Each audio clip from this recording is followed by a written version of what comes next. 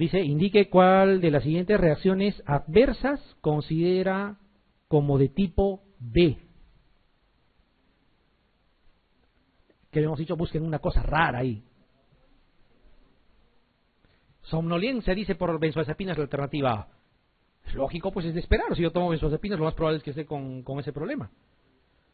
Hipoglicemia secundaria al uso de fármacos antidiabéticos. Por supuesto que sí. Hemorragia digestiva por administración de salicilatos también es algo que se puede esperar. Hepatotoxicidad por dosis elevadas de paracetamol también está descrito, hasta la dosis umbral está descrita. Pero acá dice hemólisis por sulfamidas en personas con déficit de glucosa 6-fosfato deshidrogenasa. Obviamente es la B.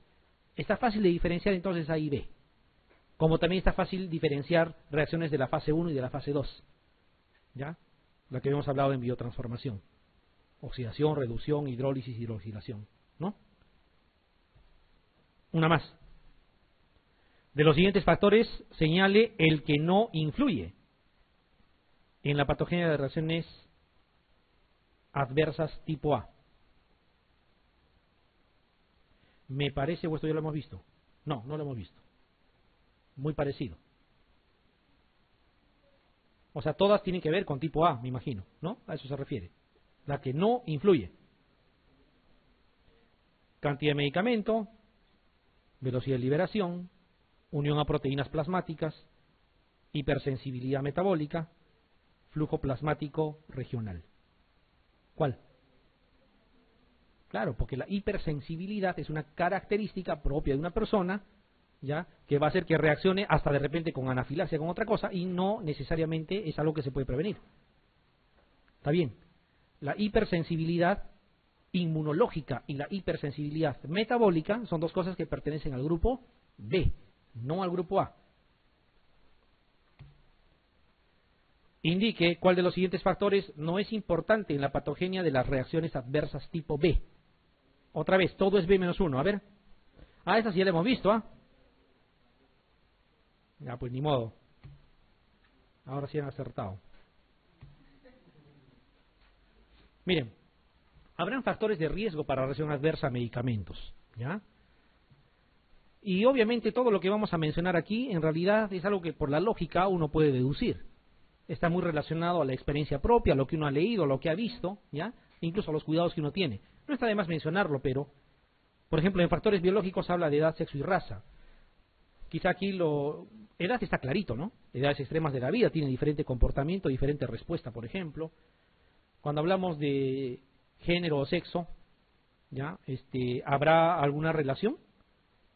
Acuérdense que el agua corporal total, la grasa corporal, otras cosas, hay diferencias.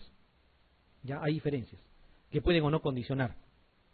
La raza tendrá que ver, tanto que estamos viendo glucosa 6-fosfato deshidrogenasa, es muy común esto en las razas africanas, ¿no? ¿Por qué tienen ellos esa deficiencia? Como un fenómeno de adaptación. Ellos al tener deficiencia de esta enzima, de la glucosa 6-fosfato deshidrogenasa, alteran la morfología, el citoesqueleto del glóbulo rojo. ¿Ya? ¿Y para qué sirve eso? Para protegerlos de la malaria falciparum. El parásito no lo reconoce porque tiene un eritrocito diferente. ¿Ya? Entonces, pero eso le genera otro tipo de problemas. Por ejemplo, el uso de nitrofurantoína, que es algo tan común aquí, con ellos hay que tener cuidado, ¿no? Porque también puede precipitar cuadros importantes. Bueno, eso es más o menos. Dice factores patológicos, aquí está mucho más claro, ¿no? Cuando hay una persona que tiene múltiples patologías, ya obviamente por la misma cantidad quizá de terapia que está recibiendo, hay más posibilidad de interacciones medicamentosas, sus sistemas no están íntegros, ¿no es cierto? Y está más predispuesto a hacer reacción adversa a medicamentos. La severidad del proceso lo mismo, ¿ya? Fácilmente entendible. Factores farmacológicos, esta polimedicación va en relación justamente a lo anterior que hemos mencionado. Una persona que tiene múltiples patologías estará polimedicado, más posibilidades de efectos relacionados a interacciones medicamentosas. La dosis y duración del tratamiento es claro, ¿no es cierto? Cuando te vas más de la cuenta, puedes tener problemas, ¿no? El tipo de fármaco también. No es lo mismo administrar paracetamol que dar warfarina, por ejemplo, ¿no? Entonces el tipo de fármaco tiene que ver. Y estos factores psicosociales, cuidado, porque puede venir una pregunta y les digan cuáles no tienen que ver con como factor de riesgo de RAM. Y les ponen ahí cosas muy relacionadas a la medicina y por ahí les ponen factores psicosociales. Pareciera que no tiene nada que ver. Pero, por ejemplo, la adherencia al tratamiento, el mal cumplimiento o lo típico, persona que le has recetado algo cada 8 y te dice me había olvidado en la mañana y en la tarde, en la noche me he tomado todas las dosis. ¿No es cierto? Y ahí ya está haciendo algo que no debe hacer. Pero sí, se ve a cada rato. ¿Ya? Entonces, eso va en función también o relacionado a lo que son errores en la dosificación o en la toma, ¿no? Entonces son los factores de riesgo y hay algunos fármacos que se han descrito más que otros y también eso es una situación de lógica nada más. Por ejemplo, ¿a alguien de ustedes se le ha ocurrido duplicar la dosis de dioxina alguna vez? Sería absurdo, ¿no es cierto? Tiene un margen terapéutico muy estrecho, ¿ya? Entonces no te puedes ir para arriba porque llegas a la toxicidad. Entonces es un fármaco que hay que manejarlo con cuidado, ¿no? Los aminoglucósidos ya lo hemos descrito, ¿no? Si te pasas del tiempo, cuidado, lo más recomendado es usar 3 días aminoglucósidos, cuando los tengan que usar. Después incluso intentar retirar, incluso en los neutropénicos. Anticoagulantes como la warfarina, con mucha más razón. Sobredosis de insulina puede ser letal, ¿no? Puede ser letal. Corticoides y así, ¿no? Hay algunos fármacos más que otros. Habrá algunos más inocuos también.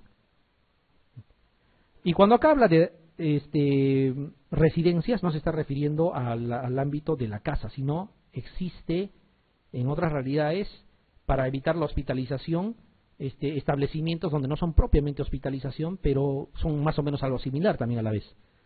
¿Ya? Entonces, más o menos va por ahí parecido. Entonces, habrá fármacos que producen en más o en menos, están relacionados a muchos factores, ¿ya? Pero lo importante es que ustedes diferencien cuándo es algo imprevisible y cuándo sí lo es, para poder diferenciar si es tipo A o B, ¿ya? Acá está un poco más claro. Habíamos hablado de la hipersensibilidad metabólica, habían visto en uno de los, ¿no? En uno de los en una de las preguntas como alternativa. También hay una hipersensibilidad de tipo inmunológica. Lo que más conocemos es esto, ¿ya? Las reacciones de tipo 1, 2, 3 y 4. Y también hay ejemplos, ¿ya? También hay ejemplos. En el caso de la hipersensibilidad metabólica no es otra cosa que personas que ya tienen de forma innata alguna deficiencia enzimática, ¿ya? Y ese tipo de personas obviamente van a estar predispuestas a precipitar cuadros, digamos, severos, que es raro con respecto a la población general. La mayoría de la población no la va a presentar, pero ese grupo de personas sí. Ya, estos son solamente algunos ejemplos. Otra vez se menciona el déficit de glucosa 6-fosfato de deshidrogenasa. Aquí están dentro de las alternativas lo que habían mencionado. Porfirias en pacientes susceptibles, obviamente tendrán susceptibilidad de fondo cuando usan o administran fármacos que son inductores del metabolismo hepático, ¿no? Se precipitan cuadros de porfirias. Cuadro raro el primero, cuadro raro el segundo, hay que asociarlo siempre con tipo B. Y aquí está lo otro, que también estaba mencionado en una alternativa. Todos los cuadros raros son de tipo B, ¿ya? Entonces, esa es la hipersensibilidad metabólica. Tienen de fondo alguna deficiencia enzimática probablemente. Y la hipersensibilidad inmunológica es lo que ustedes conocen, tipo 1, 2, 3 y 4. Lo que generalmente preguntan es para que reconozcan a qué tipo de esos 4 pertenece uno o un cuadro en específico. Por ejemplo, crisis asmática.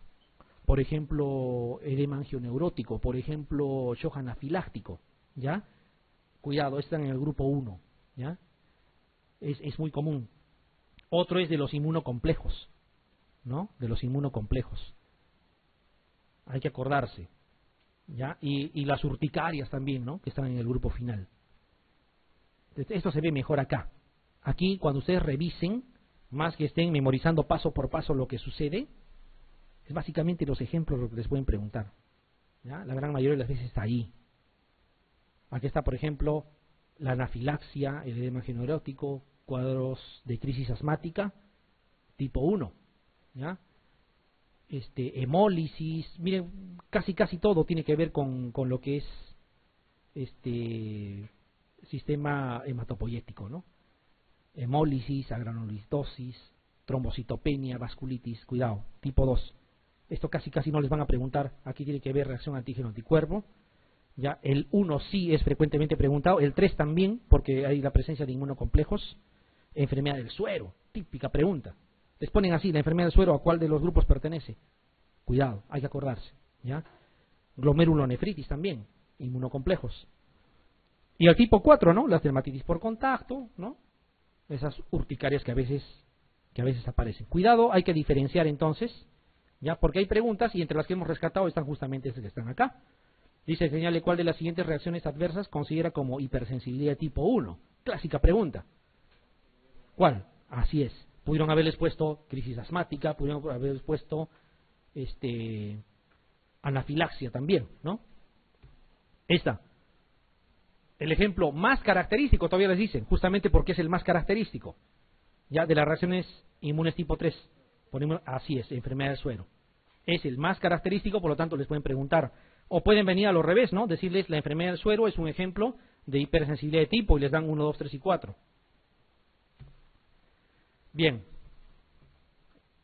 Entonces hemos visto la parte general de lo que es la absorción, la distribución, la biotransformación, ¿no? La excreción, efectos colaterales, ¿ya? Y hay que hablar un poquito de esto que está acá. Especialidades farmacéuticas. No se refiere, como en el caso de la medicina, cuando escuchamos especialidades médicas, pareciera pues que son tipos de especialistas, ¿no? Acá hace referencia a las presentaciones, ¿ya? O sea, decir especialidades farmacéuticas está refiriéndose a los fármacos. Y en ese entender algo ya habíamos comentado. Esa es la clasificación oficial, ¿ya? Que la OMS también contempla cuando habla de especialidades farmacéuticas. Habrá entonces medicamentos llamados originales que también tienen otro nombre. ¿Cómo se llaman? Innovadores. Innovadores u originales. No dice de marca. Ese es un apelativo peruano. Porque lo hemos relacionado, estamos comparando como si fueran zapatos, como si fueran pantalones de marca o Bamba, ¿ya? Entonces son originales o innovadores. Y como su nombre lo indica, miren, son fármacos que por primera vez van a salir al mercado. Son fármacos descubiertos, ¿ya? Investigados. Bien dice aquí, registrados, y aquí viene la palabra clave, comercializados por un laboratorio que tiene la patente. En todo el concepto, ¿qué cosa han visto? ¿Qué han visto en todo el concepto? Si les habla comercializados por un laboratorio que tiene la patente, ¿qué es? Industria, comercio. No habla de calidad, no habla de eficacia. No, cuidado. ¿Ya? Así se define un fármaco original. ¿Ya? Sin embargo, hay los fármacos que tienen licencia. Y fíjense, el concepto de mercantilismo, vamos a seguir repitiéndolo. ¿Cuáles son los fármacos que tienen licencia? Como su nombre lo dice aquí. Son también medicamentos originales, fabricados, miren, por otros laboratorios. No por el que lo inventó, sino por otros laboratorios. Pero para que estos otros laboratorios lo fabriquen, tienen licencia. ¿De quién? Del que posee la patente. ¿Cómo pueden entender esos dos conceptos? ¿Habla de eficacia? ¿Habla de mejor biodisponibilidad? ¿Habla de que el producto químico puro está aquí, como nos han dicho, y aquí no tanto? No. Es netamente comercial el concepto. ¿Ya? Entre aquí ya podemos ir hablando de algo. Lo que sucede es que cuando uno ya lo lee en extenso, los documentos que rigen a la FDA, lo que sucede es que cuando un laboratorio fabrica un nuevo producto, no es cuestión de decir lo fabrico de la noche a la mañana y lo pongo a la venta. El proceso para crear un nuevo fármaco no solamente es extenso en tiempo, a veces dura décadas, mientras se hacen todos los estudios. También es ultra costoso, si le quiero dar un nombre. Porque primero se investiga en laboratorio, se investiga in vitro, se investiga en animales, y no es cuestión de decir, ya lo investigué, aquí están los resultados.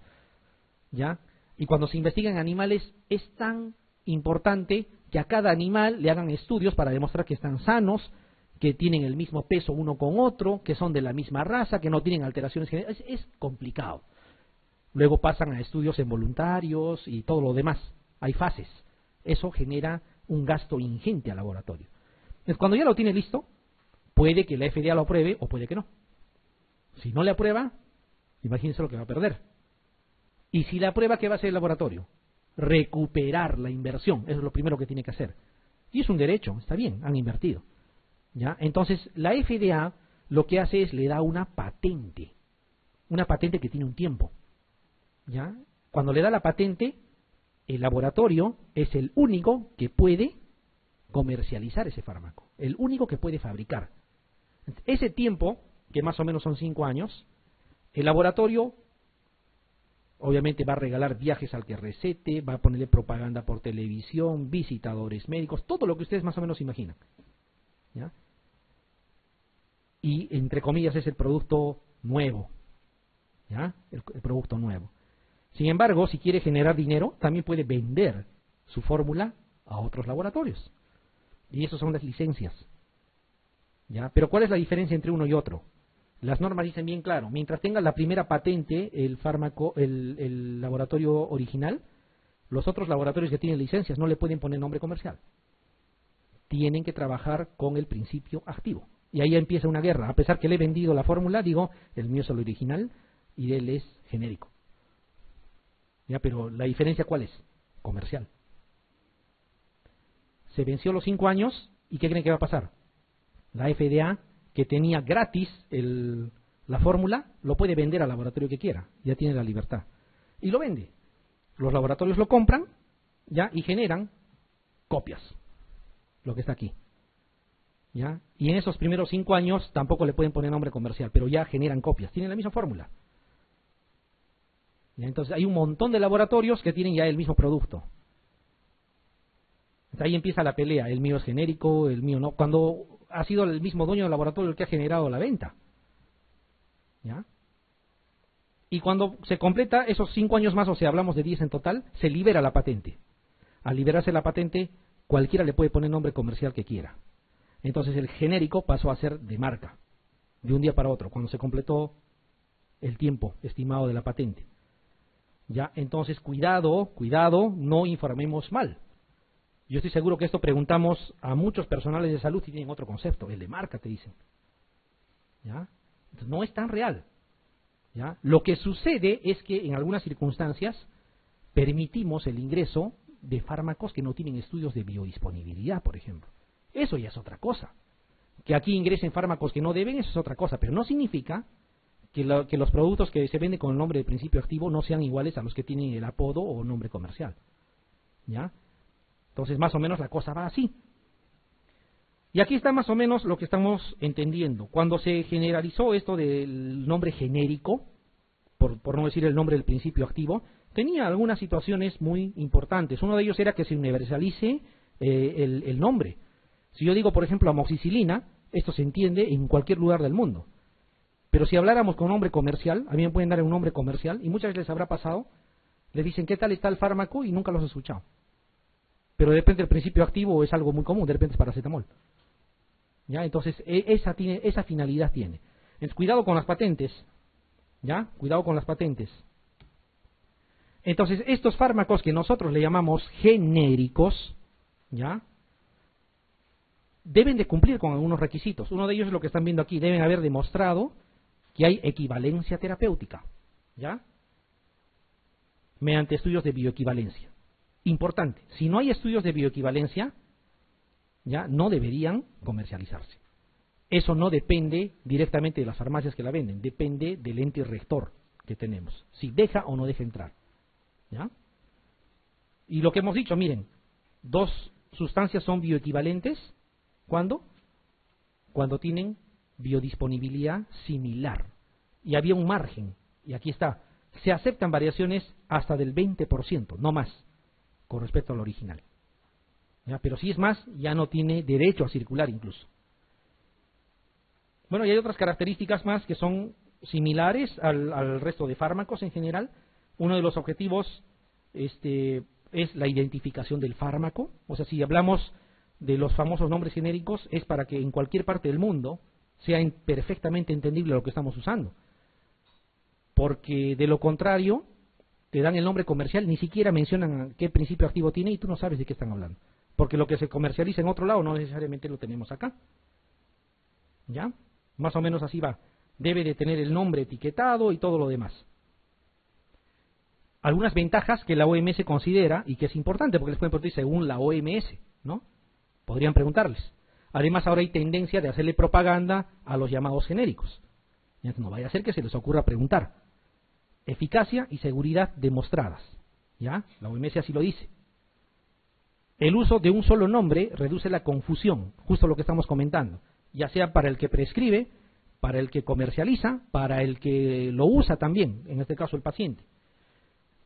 No existen diferencias entre países. O sea, no es que aquí fabrican uno y aquí otro diferente. ¿Ya? La relación costo-eficacia es favorable, de hecho que sí, porque el precio se abarata. ¿Ya?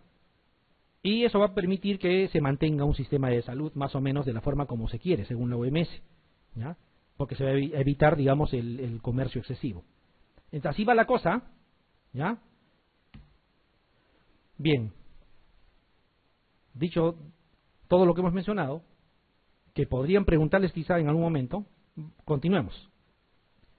Parámetros farmacodinámicos. Empecemos a hablar un poco de la parte farmacodinámica, que no es tan extenso como farmacocinética. En farmacocinética hay que hablar paso por paso de muchas cosas. Cuando hablamos de parámetros farmacodinámicos, y aquí tenemos el ejemplo de lo que es antibióticos. Miren, ¿se acuerdan que había un área bajo la curva? Aquí está, todo esto vendría a ser el área bajo la curva, hasta el eje de las X. Sin embargo, este parámetro que dice área bajo la curva sobre el MIC, ya está entrando a tallar el MIC o concentración inhibitoria mínima. Mínima concentración de antibiótico que se requiere para inhibir la replicación bacteriana. No para matar a la bacteria, sino para inhibir la replicación nada más. O sea, el MIC es un concepto bacteriostático. ¿Ya? Entonces ahí está. Esta línea vendría a ser la concentración mínima que se requiere para que las bacterias no se repliquen, para que las bacterias no aumenten. Entonces, cuando el área bajo la curva está por encima de ese valor, a eso que se grafica aquí le llamamos área bajo la curva sobre el MIC. ¿Ya? Área bajo la curva sobre el MIC. Concentración, tiempo. Y aquí está. Cuando hablamos de antibióticos hay que acordarnos de esto de aquí. Esto primero, este área, siempre se toma en cuenta lo que está por encima del MIG. Lo que está por debajo como que no nos ayuda mucho. Cuando pasamos acá lo mismo. ¿Ya? Cuando pasamos acá lo mismo. Miren la concentración que está de amarillo. Supera el MIG en algún momento, pero luego va a disminuir necesariamente. Es igualito. Desde este punto que empieza a superar el MIG hasta este otro punto que retorna y desciende por debajo del MIG, en todo este trayecto la concentración, fíjense lo que está de amarillo, ha estado por encima de la concentración inhibitoria mínima. Y a este segmento, que en X es tiempo, se llama tiempo sobre el MIG. O sea, el tiempo que la concentración del antibiótico ha permanecido por encima del MIG. Hay dos parámetros entonces si observan. Área bajo la curva sobre el MIG y el otro es tiempo sobre el MIG. Y dependerá del tipo de antibiótico para usar uno u otro parámetro. Aquí está justamente. Hay antibióticos que son concentración dependientes, para diferenciar al otro grupo que son antibióticos tiempo dependientes. Cuando hablamos de antibióticos solamente hay dos grupos desde el punto de vista farmacodinámico. ¿Ya? Los que dependen de la concentración y los que dependen de el tiempo. Hay que definir bien eso. Eso nos va a permitir usar correctamente los antibióticos también. Cuando hablamos de concentración dependientes, estamos haciendo referencia a antibióticos que dependen de cuán alta sea la concentración alcanzada como pico máximo. Cuanto más alta sea la concentración, mejor efecto. ¿Ya? Mejor efecto. No depende del tiempo. Nadie está hablando del tiempo, solamente de la concentración. Por eso son concentración dependientes. Incluso ya hay un parámetro establecido, se dice que debe de ser 10 veces el MIG aproximadamente. Lo que significa que si es más, ya no mejora la calidad. O sea, si le doy 12, 13, 15, 20 veces el MIG, no es mejor a que llegue a 10 veces el MIG. Ya, o sea, el valor debe de estar hasta ahí. Entonces, hace un pico, ojalá llegara a ese punto, y luego desciende. Todo lo que ha descrito aquí es el área bajo la curva. Nos interesa el área bajo la curva sobre el MIG. Y miren qué ha pasado después. La concentración sigue disminuyendo y se ha ido por debajo de la concentración inhibitoria mínima. Entonces, cuando esto sucede en este tipo de antibióticos, aún estando la concentración aquí por debajo, todavía tiene efecto bactericida, que dura las 24 horas. ¿Ya? A eso se llama efecto postantibiótico. Y es aplicable a los aminoglucósidos. Por eso es que la amicacina, que se administra una sola vez al día, ya de preferencia, administran una sola vez al día, y después, cuando ya ha bajado la concentración, no importa, dura las 24 horas porque tiene efecto postantibiótico. En este grupo de concentración dependientes están justamente aminoglucósidos y las quinolonas. ¿Ya? Aminoglucósidos y quinolonas. Quiere decir que si yo quiero mejorar el efecto del ciprofloxacino, por decir, ¿qué hago? Ustedes saben que la tableta viene de 500. ¿Le doy 500 cada 8? ¿O le aumento la dosis más bien y le mantengo su intervalo? Le aumento la dosis. Porque son concentración dependientes, dependen de la concentración. No depende del tiempo que le dé, sino de la concentración. O sea, dar 750 cada 12 es mejor que dar 500 cada 12. ¿Ya? Y en aminoglucósidos lo mismo. Una sola dosis es suficiente al día. Pero está el otro grupo, los tiempodependientes. En el grupo de los tiempodependientes, nosotros requerimos que la concentración del antibiótico esté el mayor tiempo posible por encima del MIG. Y con una sola dosis eso es imposible. O sea, no se puede prolongar de forma indefinida. ¿Qué tenemos que hacer en los tiempodependientes entonces? Administrar una y otra dosis más. ¿Para qué? Para que la concentración del antibiótico esté permanentemente por encima del MIG. Por eso se llama tiempodependientes. El mayor tiempo posible por encima del MIG. ¿Ya? Y aquí está. Aquí está el MIG. Si le doy una sola dosis, un tiempo nada más va a estar por encima del MIG, luego va a descender. Pero si le doy una más y otra, voy a hacer que la concentración del fármaco esté permanentemente por encima de la concentración inhibitoria mínima. Por eso se llama tiempo dependiente. Mayor tiempo posible por encima de la concentración inhibitoria mínima. En concentración dependiente, lo más alto posible por encima de la concentración inhibitoria mínima. Así sea una sola vez. Entonces, en este grupo están los betalactámicos, por ejemplo, los glicopéptidos también. ¿Ya? Entonces, vamos a hacer la comparación. Habíamos hablado de quinolonas. ¿Ya? Yo tengo levofloxacino, 500 miligramos. Quiero mejorar la administración del levofloxacino. ¿Qué hago? ¿Le doy 500 cada 12 o le doy 750 una sola vez? Le doy 750 una sola vez. Es concentración dependiente. Va a mejorar su efecto cuando le aumente la dosis, no el intervalo. Pero los tiempos dependientes, como son los betalactámicos, voy a poner el ejemplo de la cefalexina, digamos. La cefalexina, algunos lo dan cada 8. Está permitido también. Si yo quisiera mejorar la cefalexina, ¿qué haría? ¿Le aumento de 500 miligramos a 1 gramo? ¿O le doy más seguido más bien? Le doy más seguido, porque es un tiempo dependiente. Entonces le puedo dar cada 6 horas. Ya, hay que manejar de esa forma. No es lo mismo. No es a todo a subirle la dosis. Algunos mejoran subiéndole la dosis, concentración dependientes. Y algunos mejoran acortando el tiempo de administración. ¿Ya? Entre dosis y dosis, tiempo dependientes. ¿Ya? Este fármaco tipo tiempo dependiente va a medirse su eficacia ya no en área bajo la curva sobre el MIG, sino cuánto tiempo demora la concentración del fármaco por encima de la concentración inhibitoria mínima. Eso se llama tiempo sobre el MIG. Ya, miren, y ese tiempo sobre el MIG se mide en porcentaje. ¿Ya? O sea, entre dosis y dosis hay un tiempo. ¿Ya? Entonces, ¿qué porcentaje de ese tiempo entre dosis y dosis el fármaco ha estado por encima del MIG? Acá dice 40%, por ejemplo, que es el punto de corte mínimo que se acepta para que tenga un buen efecto terapéutico. O sea, si un fármaco tiempo dependiente, el 40% del tiempo entre dosis y dosis está por encima del MIG, está bien. Si está menos, ya no sirve. Si está más, mucho mejor todavía. En inmunosuprimidos se intenta de que esté el 100% del tiempo entre dosis y dosis por encima del MIG. Para eso hay que administrar en infusión. Por eso es que administramos fármacos en infusión. De forma permanente está el fármaco por encima de la concentración inhibitoria mínima. ¿Ya? Eso es farmacocinética y farmacodinamia de antibióticos en específico. ¿Ya? Dos grupos, concentración dependiente, tiempo dependientes. ¿Ya? Y aquí está más o menos un resumen. Lo mismo que hemos dicho. El fármaco describe esto. Pico, desciende.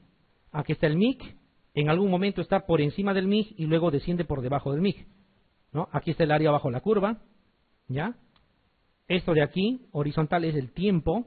Fíjense, el tiempo que la concentración del fármaco ha estado por encima de la concentración inhibitoria mínima, tiempo sobre el MIG. Entonces hay dos grupos de fármacos, aquellos que dependen de la concentración, habíamos dicho, ¿no? Tipo concentración dependientes, y estos serían tiempo dependientes. Y aquí más o menos resume eso: aminoglucósidos y quinolonas, netamente concentración dependientes, y betalactámicos y glicopéptidos, tiempo dependientes. ¿Ya? Uno no es lo mismo que el otro. ¿Ya? Uno no es lo mismo que el otro. Por eso es que hay algunas dosis de vancomicina que se dan 500 cada 6. ¿Ya? O sea, no es que 1 gramo cada 12 yo le subo a 2 gramos cada 12 y es mejor. No, eso sería si fuera concentración dependiente. No. ¿Ya? Hay que diferenciar bien esas dos cosas. Se podrá dar en todo caso aminoglucósidos en infusión, ¿qué dicen? ¿Se debería dar? ¿Por qué? Porque son concentración dependientes. No dependen del tiempo, dependen de la concentración. Puedo duplicarle la dosis quizá, ¿ya? Pero darlo en infusión no tendría sentido. En infusión se dan los betalactámicos, que son tiempo dependientes. Ya lo vamos a ver en otro gráfico. Bien, en ese entender, digo doctor. ¿Dónde? ¿Acá? Ah, esto de acá. No, es farmacocinética y farmacodinamia. Está abreviado. Yo estaba buscando acá. Está bien. Ya, cuando hay falla renal y estamos exclusivamente hablando de aminoglucósidos, hay que tener en cuenta algo.